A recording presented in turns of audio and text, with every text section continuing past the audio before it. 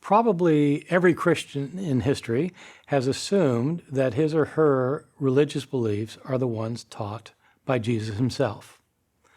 One of the most interesting and important discoveries of scholarship over the last 100, 150 years is that Jesus has to be understood in his own context as a first century Palestinian Jew who had points of view that may not coincide with modern points of view, but also may not have coincided with the views of his later followers.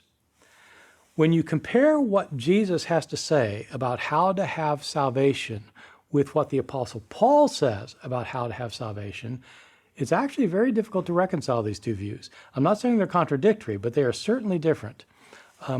When a man comes up to Jesus and says, "What must I do to have eternal life?" Jesus says, "Keep the commandments." In other words, follow the Jewish law. Man says, "Well, which ones?" "Well, don't murder, don't commit adultery." He goes through the commandments.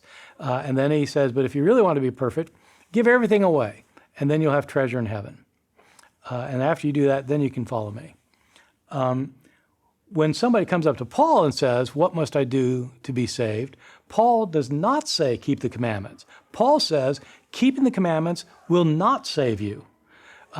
Following the law has nothing to do with your salvation. It's believing in the death and resurrection of Jesus.